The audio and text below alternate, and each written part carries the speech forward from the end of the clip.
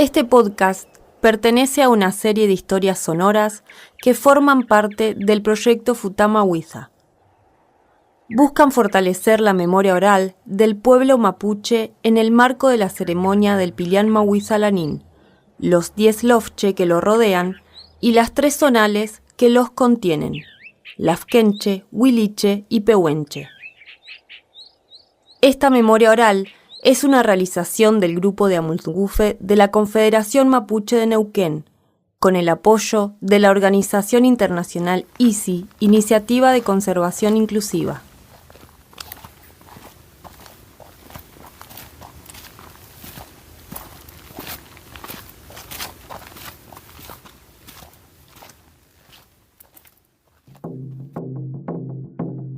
¿Qué es la justicia? Según la RAE, la justicia es el principio moral que lleva a determinar que todos deben vivir honestamente. Por otro lado, la justicia también es definida como el derecho, la razón y la equidad entre las personas. De ahí se derivan varias definiciones más que varían según se aplique el concepto de justicia. Parece interesante y estamos de acuerdo en que todos debemos aspirar a no romper el contrato social, que es lo que nos contiene y cohesiona como individuos dentro de una sociedad.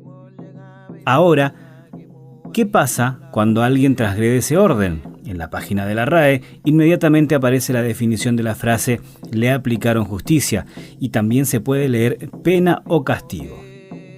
El Norfeleal es el sistema de justicia mapuche. Norfeleal en mapuzungún puede traducirse como para vivir de manera ordenada y es uno de los valores que rigen la vida de los integrantes de este pueblo originario. Es también un sistema cuyo fin es restablecer el equilibrio de la vida de la comunidad y reparar donde corresponde. Se diferencia radicalmente de la justicia occidental, ordinaria, estatal o huinca, que es básicamente punitiva, es decir, que está orientada a castigar según las normas del Estado. El Norfeleal también es un sistema de justicia milenario preexistente a la colonización y a la consolidación de los estados. En cambio, el sistema de justicia estatal, que rige sobre toda la sociedad argentina, es moderno y reciente en este territorio. De hecho, está desde la Constitución Argentina de 1853 y sobre territorio mapuche de Neuquén desde la Constitución Provincial del 57. Básicamente, es el sistema de aplicación de justicia que se ha dado al pueblo nación mapuche reconocido para impartir justicia en el LOF o una comunidad ante un conflicto o afectación. Acerca de este tema, vamos a conversar con Leftraro Nahuel, él es abogado y huerquén de la Confederación Mapuche del Neuquén. Y la primera pregunta es bastante obvia. ¿Qué es el Norfeleal? El Norfeleal es el sistema de justicia mapuche que ancestralmente administraba y hasta el día de hoy administra todo lo que tiene que ver con los conflictos de convivencia dentro del territorio comunitario. Está basado en el NOR y el ASMONGEN, que son el sistema de vida de valores y principios que rigen la cultura y la cosmovisión mapuche, y se ordena en cada LOF, aunque también pueden ser conflictos entre distintos LOF, y está llevado adelante por los integrantes del Comefeleal, que es el Consejo de Gobierno o las autoridades de cada una de las comunidades, a través del cual se imparte esta justicia, que es dentro de lo que denomina los distintos sistemas de justicia. Podemos decir que es justicia compositiva o restaurativa, porque lo que apunta es a que vuelva el equilibrio dentro de la comunidad y no tanto a castigar. No es punitivista como si es el sistema de justicia estatal, aunque hoy se esté moderando, su esencia es punitivista por la raíz europea que trae justamente, y de la cual hereda el concepto de que para el sistema estatal lo importante es castigar un delito o una falta, y para el sistema mapuche lo importante es restaurar el equilibrio, la convivencia y la armonía dentro del territorio. De manera que hoy se está fortaleciendo el Norfeleal y se basa en el derecho a la libre determinación de los pueblos a las propias instituciones y a organizar la vida como los pueblos lo han hecho ancestralmente. Por eso que el Nor-Feleal retoma toda esa forma de vida y de alguna manera parte de eso se cristalizó en el Estatuto Autónomo, que las autoridades mapuche en el proceso de reencuentro de la nación mapuche a principios de los años 90 se generó en múltiples debates con participación de comunidades del Meli Huichol Mapu, de los 4 puntos cardinales. Se juntaron, se reunieron y debatieron en cómo en este contexto actual, moderno, de fuerte injerencia del Estado, el Nor-Feleal se iba a organizar para volver a ejercer esa función primordial que es la de impartir justicia dentro del territorio mapuche. Desde un punto de vista histórico e incluso cultural, ¿en qué momento se deja de aplicar el Nor-Feleal como institución? ¿En qué momento el pueblo mapuche ve interrumpido su funcionamiento? Bueno, claramente a partir de lo que es la invasión del territorio mapuche, el genocidio llevado adelante por el Estado chileno y argentino fundamentalmente, porque recordemos que el pueblo mapuche es uno de los pueblos que resiste al colonialismo de parte de la corona española y por ende son los estados modernos los que invaden el territorio. A partir del despojo territorial hay un despojo jurídico por el cual las instituciones mapuches son clandestinizadas y reprimidas por el Estado. Es decir, que hay territorios donde el Nor-Feleal nunca dejó de aplicarse como forma de impartir justicia, sino que quedó clandestino, quedó invisibilizado por el ordenamiento estatal. Que el ordenamiento estatal también muchas veces es idealizado, porque lo vemos como algo omnipresente, que está presente en todos lados, y en realidad es muy poca la presencia estatal que hay en los territorios comunitarios. Solo hay respuesta cuando son casos muy graves como homicidios, o lesiones graves, o abusos, o ese tipo. Después hay un montón de otras realidades menores de conflictos que se siguieron gestionando y resolviendo de manera interna, y eso también es el Nor-Feleal, aunque a veces la gente no tiene noción de eso, ¿no? Se está aplicando un sistema de justicia propio. Pero eso de alguna manera permaneció clandestino, aunque la normativa, sobre todo internacional, es la que da los primeros pasos a reconocer el derecho a la autonomía, a la libre determinación, a las propias instituciones que tienen los pueblos originarios, el pueblo mapuche como tal, y particularmente es en el convenio 169 donde se empieza a firmar el derecho a aplicar su propia institución y resolver tomar sus propias decisiones sobre los conflictos, en este caso judiciales. En el caso de Neuquén, la clandestinidad de alguna manera se rompió a partir de la reforma del Código Procesal Penal que se pone en marcha en el 2014 y concretamente se instrumentaliza en la instrucción 6 y se profundiza a partir de la declaración de Pulmarí y posteriormente el acuerdo de Huechulasquen, que es donde de alguna manera comienza este proceso participativo de revisión de la instrucción 6 y cómo mejorar la aplicación del Nor-Feleal en la provincia de Neuquén. ¿Hubo algún punto de inflexión en cuanto al proceso histórico del pueblo mapuche que se vieron las autoridades en la necesidad de decir, sí, pasó esto y necesitamos retomar el Nor-Feleal? ¿Qué fue lo que sucedió ahí? No, hubo un caso que sí fue paradigmático porque tomó Estado público y tensionó esta concepción mapuche con la concepción estatal que de alguna manera expresaba el desconocimiento al Nor-Feleal, que fue el caso que se llama Calfucurá, pero que en realidad era un caso interno de conflicto entre dos familias de este LOF, en el cual a través de una mala convivencia terminó en una pelea y una lesión que el Código Penal argentino califica como una lesión grave, que es la pérdida de la visión de un ojo, y en el cual el Ministerio Público Fiscal desconoce un acuerdo interno que tuvo la comunidad de reivindicar el Norte Federal y decir esto lo pudimos resolver puertas adentro. Y creo que eso, al tomar Estado público y tensionar estas dos visiones distintas, posteriormente el reconocimiento del convenio 169, es lo que lleva a que en la reforma del Código Procesal Penal se incorpore esta visión del Norte Federal, ¿no? Esto tiene que ver con lo que dentro de los sistemas jurídicos se llama el pluralismo jurídico, que es la concepción que reconoce que dentro del mismo Estado hay distintas formas de impartir justicia y que esos sistemas de justicia tienen que ser reconocidos de manera igualitaria.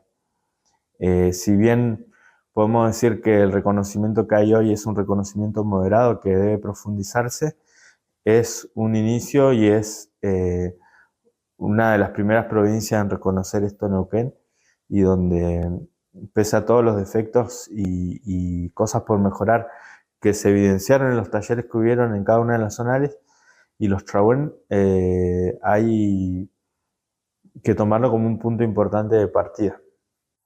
Hablando justamente de eso, contanos cómo fue ese proceso de los talleres que se realizaron, cómo fue la convocatoria a la provincia, cuál fue su respuesta, porque es algo totalmente nuevo para ellos, cambia un poco también sus paradigmas. Vos lo decías al principio, que la justicia Winca, la justicia que se aplica acá en la provincia, es de carácter punitivista, que tiende al castigo, y está en la vereda contraria, digamos, del Norte Federal. ¿Cómo fue esa respuesta de la justicia neuquina? ¿Cómo fue esa apertura? Y un poco, a grandes rasgos, ¿cómo fue ese proceso de los talleres que se debatió en ese lugar? Bueno, a partir del acuerdo de Huechulafken, en el cual las zonales de la Confederación Mapuche se comprometen a trabajar de manera participativa todo lo que tiene que ver con el Norte Federal, se realizaron encuentros en cada una de las zonales y allí se puso en debate el Norte Federal, cuál sería la forma de aplicarlo. Había comunidades que lo tenían más fortalecido, otros que lo tenían recién retomándolo y que necesitaban de orientación. Habían comunidades donde ya se había comenzado porque la declaración de Pulmarí toma justamente las comunidades de Pulmarí como un punto de partida, y otras comunidades que lo estaban trabajando hace mucho tiempo, y por eso las conclusiones fueron a grandes rasgos que era muy importante continuar y profundizar la aplicación del Norte Federal. Por otro lado, también se observaba como falencia la ausencia de capacitación, la ausencia de financiamiento y presupuesto para que esto funcione. Hay una desigualdad entre estos sistemas de justicia, entonces, porque uno está reconocido plenamente como el sistema estatal, con financiamiento, con capacitación, con el reconocimiento debido desde la etapa de la educación estatal, por ejemplo, y un sistema que venía clandestinizado, que empieza a ser reconocido, pero donde no hay capacitación ni financiamiento, y donde falta sobre todo difusión de esta situación. De manera que eso fue uno de los requerimientos más concretos que salió hacia el Estado y el Poder Judicial concretamente. Y además la visión de que falta esas normas de coordinación para que el sistema estatal reconozca verdaderamente, no solamente se deslinde de los problemas que existen en las comunidades, sino que asuma la responsabilidad, ¿no? Parte de esto fue, por ejemplo, la existencia de conflictos con las mismas autoridades estatales. Esto es decir, hay una necesidad de coordinación donde tampoco ni las fiscalías ni la policía está siendo debidamente informada de cómo tiene que funcionar el Norte Federal, y que no significa solamente decir, bueno, ahora esto lo arreglan ustedes, sino que tiene que ser una reparación también histórica hacia el pueblo mapuche.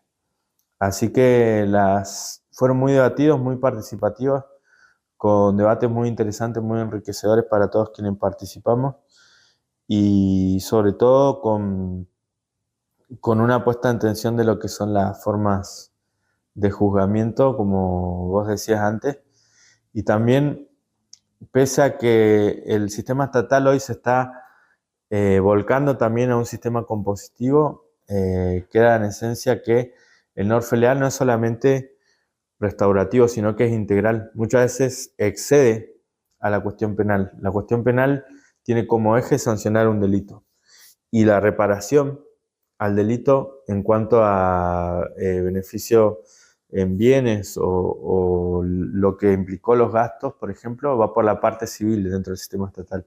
El NOR filial entonces no solamente es penal, sino que también es civil, porque incorpora la reparación, también incorpora el fuero de familia, porque restablece condiciones en la familia, inclusive puede llegar a tomar decisiones sobre conflictos sobre herencias o situaciones similares.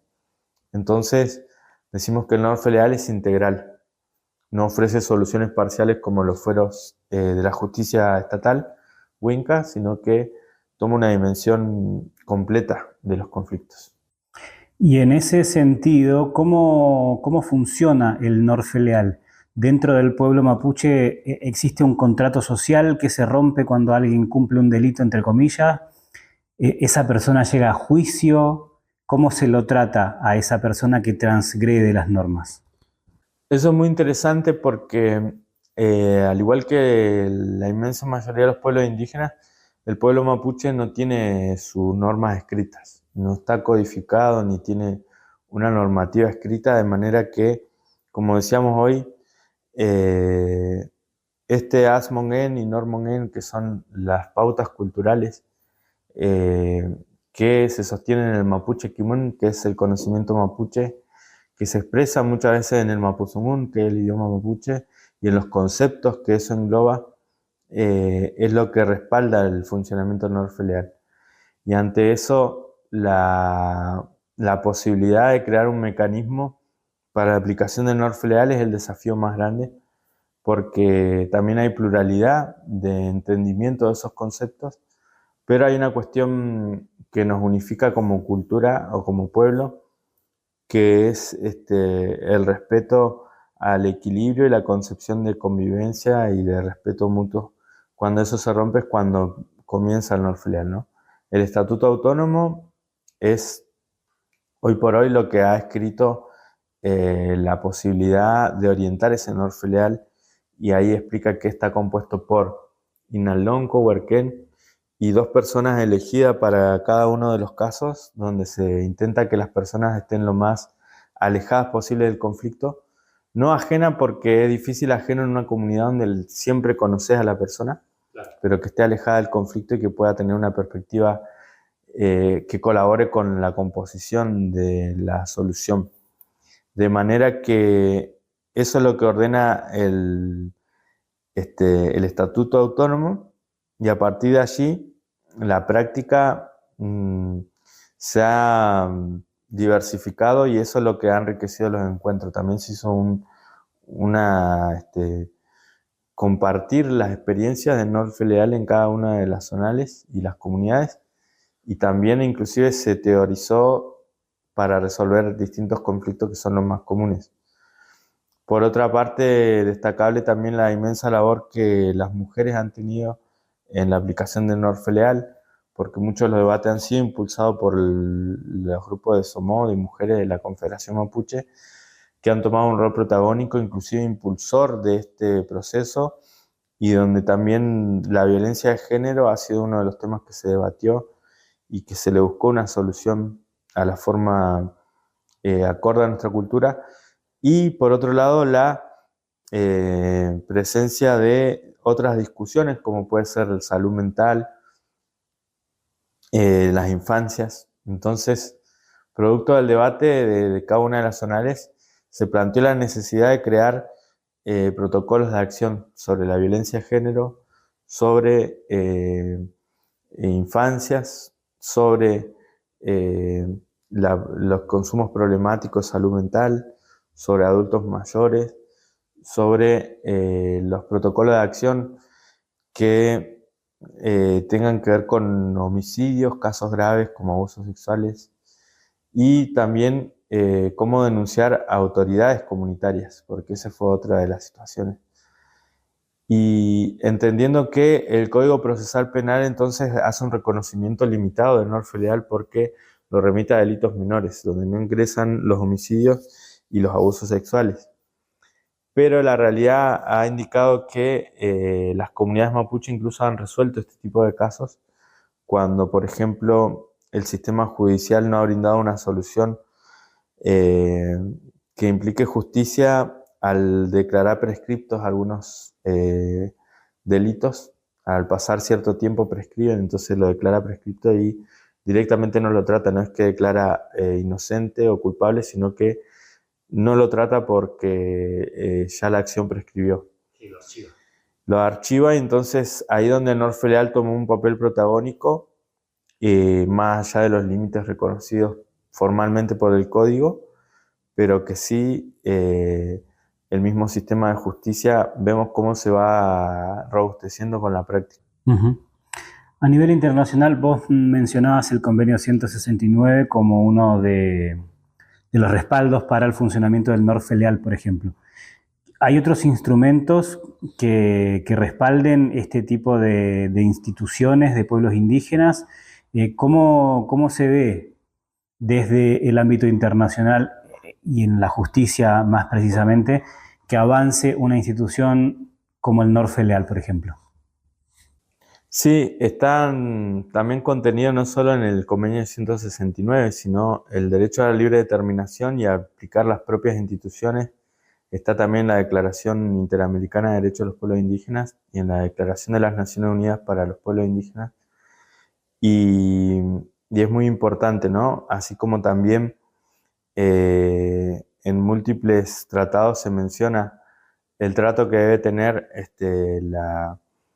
la justicia ordinaria cuando trata con los pueblos indígenas. No obstante eso, nosotros apuntamos desde la Zonal Trabuco se ha dado un debate en avanzar hacia la jurisdicción mapuche, que tiene que ver con el reconocimiento de la total potestad que tiene el pueblo mapuche para aplicar su justicia dentro de su territorio. Porque el reconocimiento que hay hasta el momento de parte del Ministerio Público Fiscal, si es una persona que no es mapuche, dice que la persona puede optar porque lo juzgue el sistema estatal. Eso para nosotros es un límite que con el tiempo debe dejar de existir, porque toda persona que transgreda una norma dentro del territorio mapuche debe ser juzgada por el sistema de justicia mapuche conforme al criterio de jurisdicción territorial.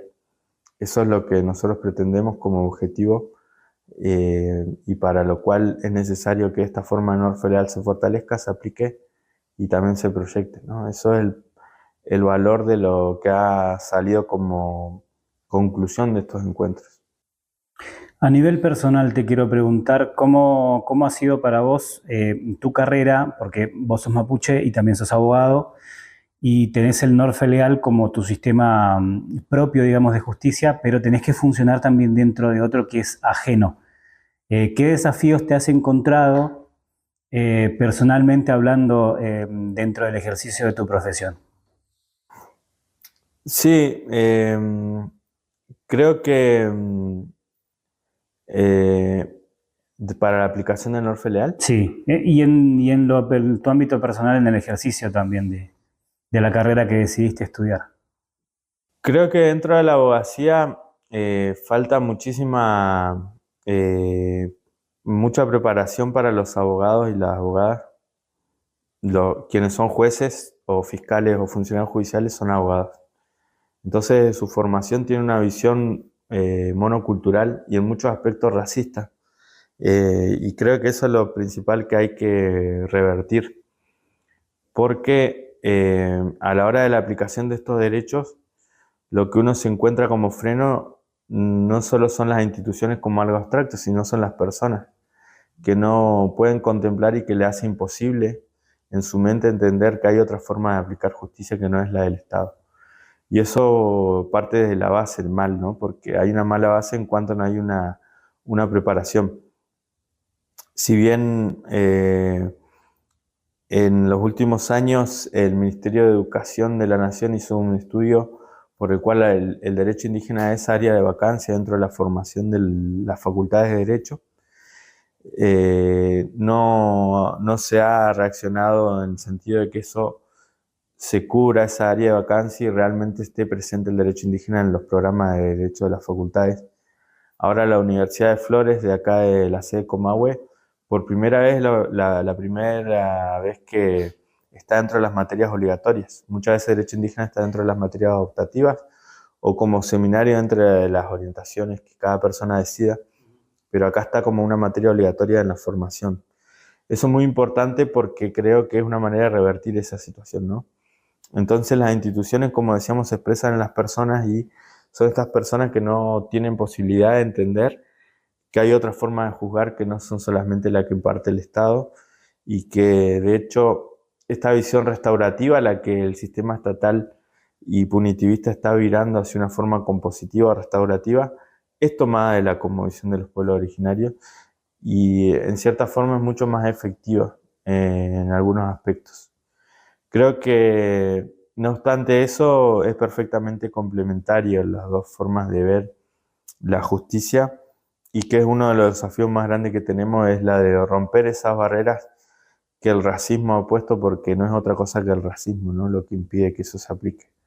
Porque si uno va a la parte jurídica, muchas veces son decisiones en rangos mucho más bajos que los reconocimientos que nosotros tenemos que están en lo más alto de la cúspide del orden de prelación de las normas jurídicas, como son la Constitución o los tratados internacionales. Son disposiciones, son resoluciones, son dictámenes los que nos impiden acceder al disfrute de esos derechos para los pueblos originarios. Por eso creo que ahí está el principal desafío en la formación, en la educación, en la preparación, pero también en la falta de experiencia. La experiencia que se va a vivir en estos años es lo que va a moldear un poco la perspectiva de qué es lo que falta para que eso mejore. ¿Has tenido muchas discusiones con el resto del mundo de la abogacía por esto? Sí, tenemos discusiones de manera permanente porque todos quienes estamos en este camino, por suerte hay cada vez más abogados y abogadas que lo están entendiendo. Creo que esa visión, como decíamos antes, monocultural, racista, de que hay una sola forma de aplicar el derecho, genera un pánico sobre todo en las personas y en defender un dogmatismo que es indefendible en el interior, ¿no? Y que tiene que ver con la lógica colonialista. Acá cuando hubo un despojo jurídico también hubo una forma de desprestigiar una manera de organizarse para imponer otra. Y esa lógica colonialista se replica desde la primaria, la secundaria y en todos los órdenes de la educación. Entonces eso hace que la persona, cuando llega a un cargo de funcionario gubernamental o del Poder Judicial, carece totalmente de esa otra perspectiva. Pero más allá de los gustos o ideológicos o pareceres de las personas, lo que hay es un derecho vigente que el pueblo mapuche está exigiendo que se cumpla desde hace mucho tiempo. ¿Qué es para vos la justicia? Y yo como mapuche comparto esa visión de que la justicia es sobre todo el equilibrio y la convivencia y todo lo que brinde a partir de una transgresión la posibilidad de volver a ese equilibrio y a esa convivencia lo más armónica posible. Sin idealismos, creo que igual es posible vivir en esa posibilidad, pero para lo cual, desde el punto de vista mapuche, hay una deuda pendiente que es la reparación histórica para el pueblo nación mapuche, de todos los derechos postergados, desde el genocidio mismo que se cometió, que debe ser asumido como una base para toda esa reparación y donde las personas también interactuamos de manera cotidiana con todo eso, ¿no? Creo que en ese sentido, lejos del prejuicio que se pretende instaurar sobre los pueblos originarios como algo pasado de época o que realmente no va a traer ningún beneficio a la modernidad, los sistemas de justicia indígena lo que vienen a traer es una forma distinta donde no se pone el eje en el castigo, sino en restaurar este equilibrio. Y creo que eso de por sí es revolucionario para la forma en cual el sistema inquisitivo de justicia, que viene desde una visión de oprimir al otro, nos han instaurado como la única forma de vivir. La última, ¿son buenas las perspectivas que hay? Porque sabemos que el sistema del Norte está en pleno debate, para su aplicación? ¿Son buenas las perspectivas? ¿Vos ves que tiene futuro esto? Nosotros tenemos mucha esperanza en que el pueblo mapuche, a partir de que retoma estos espacios de autonomía, va a poder ejercer estos derechos y va a permitir que las personas en cada comunidad vivan mejor. Y, y tenemos confianza en que la aplicación de estos sistemas va a funcionar inclusive mejor que el sistema estatal, porque el sistema estatal, por una cuestión de distancia a veces, recordemos que hay en algunos lugares hasta 300 kilómetros para el juzgado más cercano, 200 kilómetros, no brinda ningún tipo de respuesta. No es que brinda una respuesta tardía o defectuosa, no brinda ninguna respuesta. Entonces esto, al estar dentro del territorio, esperamos que sea una posibilidad de mejor convivencia, pero sobre todo de ejercicio de autonomía para las comunidades mapuches. ¿Cómo fue el diálogo, cómo fue la interacción, el debate en cada uno de los talleres cuando vos hacías referencia a que han sido Pusomo, las mujeres mapuches, que han de alguna forma impulsado este debate, pero también habían experiencias propias que la gente iba relatando, se teorizaba mucho? ¿Cómo fue ese intercambio de saberes? Bueno, fue muy intenso. Creo que todo lo que tiene que ver con aplicación de justicia y de conflictos nunca es ideal, ¿no? Porque sale de situaciones dolorosas, porque hubieron daños. Eh, y por eso también es, discutir el tema este es meter, como quien dice, los pies en el barro, porque es meterse un poco con la mugre que implica la convivencia, lo malo, todo lo que a veces se intenta ocultar.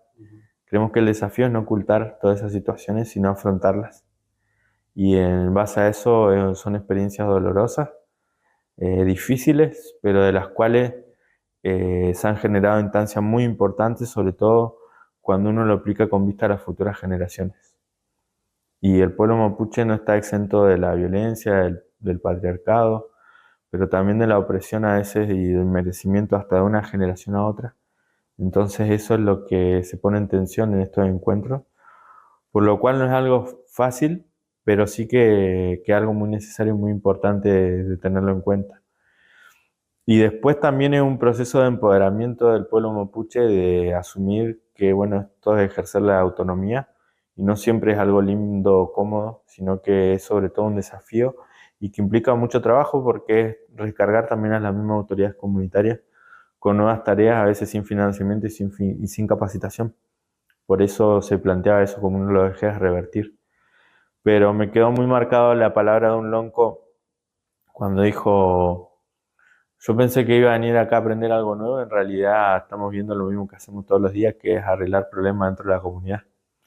Y creo que para muchos fue un poco entender eso, que lo que hacemos cotidianamente, esto de arreglar problemas, es gobernar también dentro de las comunidades y en algunos casos aplicar justicia.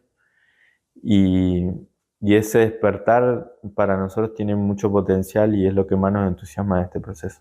¿Cuáles son los límites del Norfeleal? ¿Cómo se dibuja una línea si es que se traza esa división entre hasta dónde puede actuar el Norfeleal, cuándo actúa la justicia de la provincia en este caso?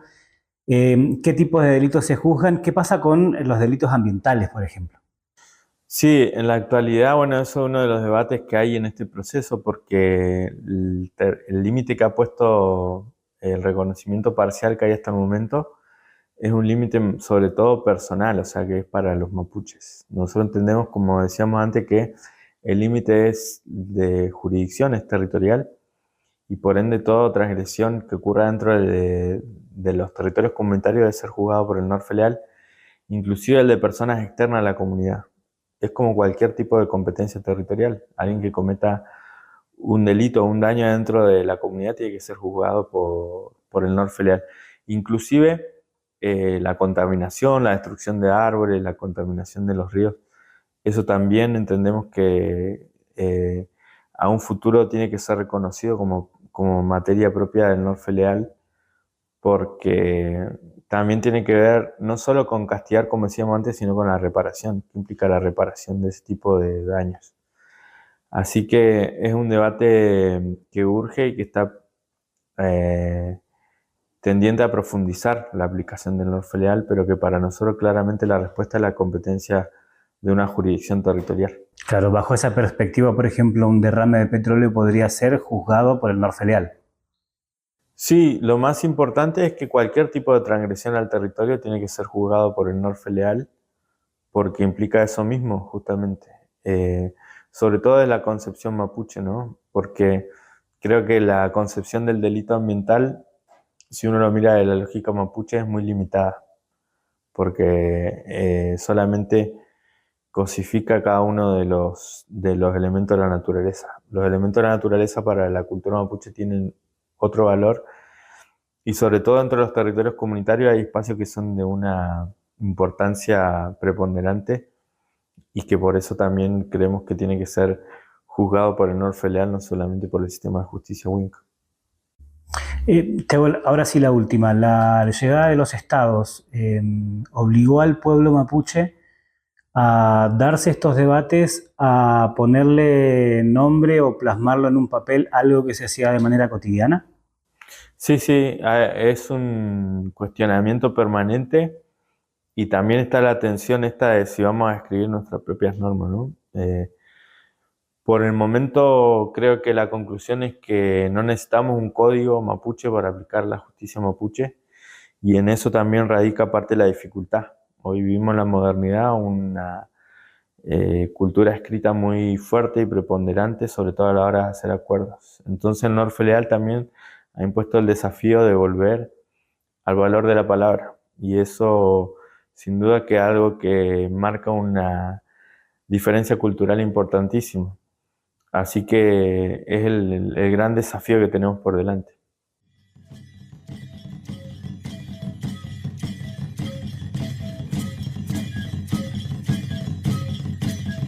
Es importante en este punto destacar que el Norfeleal se encuentra en pleno proceso de reconstrucción y en pleno diálogo con la justicia Winca para su implementación en territorios comunitarios y buscar, mediante el trabajo conjunto, una justicia que restablezca equilibrios y plantee políticas reparatorias para los integrantes del pueblo mapuche.